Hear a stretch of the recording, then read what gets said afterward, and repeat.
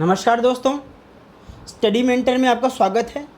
दोस्तों, आज हम कक्षा 7वीं के हमारे पर्यावरण से पाठ 7 मानवीय पर्यावरण एवं बस्तियां, परिवहन एवं संचार के बारे में पढ़ेंगे। दोस्तों, इस पाठ को हम 2 भागों में बांट के पढ़ेंगे, भाग 1 और भाग 2, आपकी सहजता के लिए। तो चलिए दोस्तों शुरू करते हैं। दोस्तों, उम्मीद करता हूं कि आप मानव बस्तियों से पहले से कुछ परिचित होंगे।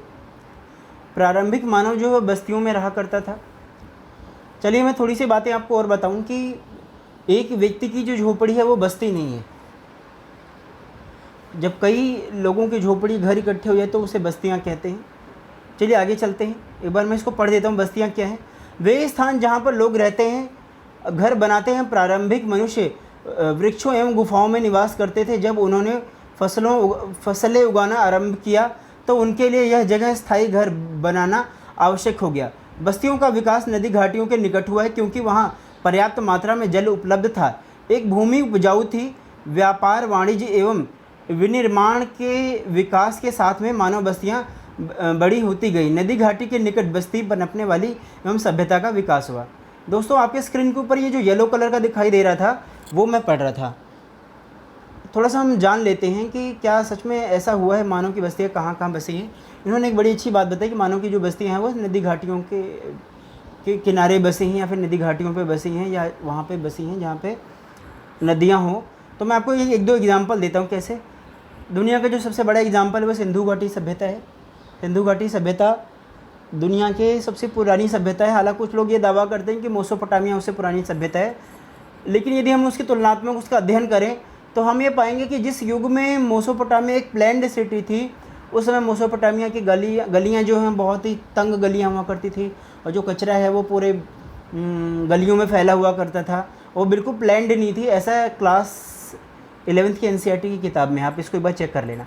तो चलिए, मैंने एक बात बताई सिंधु घाटी सभ्यता के बारे में।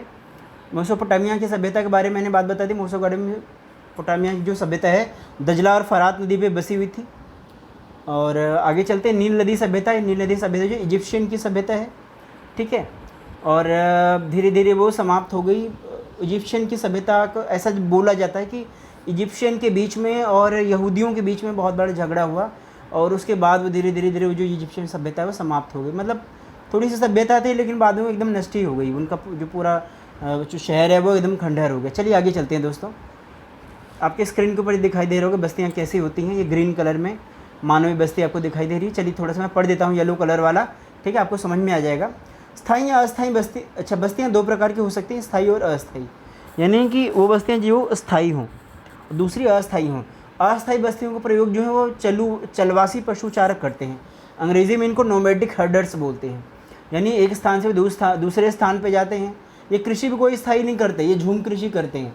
यानी कि वहाँ पर जाएंगे, जंगलों को जलाएंगे, 2-4 साल खेती करें, फिर वहाँ से निकल लेंगे। चलिए आगे चलते हैं। तो बस्तियाँ 2 प्रकार की होती हैं, स्थायी और अस्थायी हो सकती हैं। जो बस्तियाँ कुछ समय के लिए बनाई जाती हैं उन्हें अस्थायी बस्तियाँ कहते हैं। घने जंगलों, वनों एवं ठंडे रेगिस्तानी पर्वतों के निवासी अक्सर अस्थायी बस्तियों में रहते हैं। वे आखेट संग्रहण, स्थानांतरण, कृषि एवं ऋतु प्रवास करते हैं। यद्यपि अधिकांश बस्तियाँ आज भी स्थायी बस्तियाँ हैं। अब दोस्तों, मैं आपको एक बात बताऊँ कि जो स्थायी बस्तियाँ उसकी जो सबसे घने प्रमाण है, जो सघन प्रमाण है, वो है उत्तर भारत का मैदान है। और अक्सर जो अस्थायी बस्तियाँ वो पर्वतीय इलाकों में पाई जाती हैं, क्योंकि वहाँ पे मौसम परिवर्तन होता है और सर्दी के मौसम में वहाँ पे रहने के एकदम अनुकूल नहीं होता, इसलिए जो लोग हैं प्रवास करके नीचे आ जाते हैं। चलिए आगे चलते हैं, इसके बारे में हम और आगे बातें करेंगे डिटेल में। ऋतु प्रवास क्या होता है? यहाँ पे एक ऑरेंज कलर में स्क्रीन के ऊपर आपको दिखाई दे रहा होगा कि लोग मौसमी प्रवास करते हैं, ठीक है। और क्या बोलते हैं, मैं 1-2 नाम बता देता हूँ, जैसे गुज्जर हो गए, बक्कड़वाल हो गए, भूटिया हो गए। ये कुछ जनजातियाँ हैं जो कि क्या ऋतुवत प्रवास करती हैं, मौसमी प्रवास के एक स्थान से दूसरे स्थान पे जाती हैं। चलिए दोस्तों आगे चलते हैं। ये येलो कलर का है, वही इंपॉर्टेंट है आपकी, तो बाकी जो ऊपर की जो चीज़ें हैं वो बहुत इंपॉर्टेंट नहीं है, वो एकदम छोटे बच्चों के लिए है, ठीक है। तो बस्तियाँ कुछ एग्जाम्पल यहाँ पे दे रखा है, सघन बस्तियाँ और प्रकीर्ण बस्तियाँ। सघन बस्तियाँ वो बस्तियाँ होती जो बहुत ज़्यादा सघन, यहाँ पर जनसंख्या घनत्व तो बहुत ज़्यादा है। और जो प्रकीर्ण बस्तियाँ हैं वो बस्तियाँ ऐसी बस्तियाँ जहाँ पे क्या कह सकते हैं उसको, जनसंख्या का जो घनत्व है बहुत ही ज़्यादा कम हो। कई की जनसंख्या घनत्व तो ऐसा है कि 1 किलोमीटर में 2 लोग, ये इतनी प्रकीर्ण बस्तियां हैं। चलिए आगे चलते हैं। 1 स्क्वायर किलोमीटर में, सॉरी, एक बार मैं थोड़ा सा पढ़ देता। ग्रामीण एवं शहरी बस्तियाँ। गांव ग्रामीण बस्ती होती है जहाँ पर लोग कृषि, मत्स्य पालन, वानिकी, दस्तकारी, पशुपालन संबंधी कार्य करते हैं। ग्रामीण बस्ती सघन या प्रकीर्ण हो सकती है। सघन बस्तियों में घर आसपास बने होते हैं। प्रकीर्ण बस्तियों में लोग के घर जो हैं दूर दूर व्यापक क्षेत्र में फैले होते हैं। इस प्रकार की वनस्पतियाँ मुख्य पहाड़ी क्षेत्रों में, घने जंगलों में व अति विशिष्ट जलवायु वाले क्षेत्रों में पाई जाती हैं। चलिए कुछ बातें पढ़ देते हैं दोस्तों। येलो कलर में ये वाला ये मैंने पढ़ा है। मुझे लगता है कृषि आपको समझ में आ रहा होगा। कृषि मतलब खेती करना, मत्स्य पालन यानी मछली पालन करना। वानिकी, वानिकी मतलब होता है कि जंगलों से जा कर के ईंधन लेकर के आना, जंगलों के लिए निर्भर होना, वहाँ से कंदमूल, फल, शहद, गोंद इत्यादि प्राप्त करना। ये सब जो चीज़ें हैं वो वानिकी का एक भाग है। चलिए आगे चलते हैं। अच्छा, ग्रामीण क्षेत्र में लोग अपने पर्यावरण के अनुकूल घर बनाते हैं।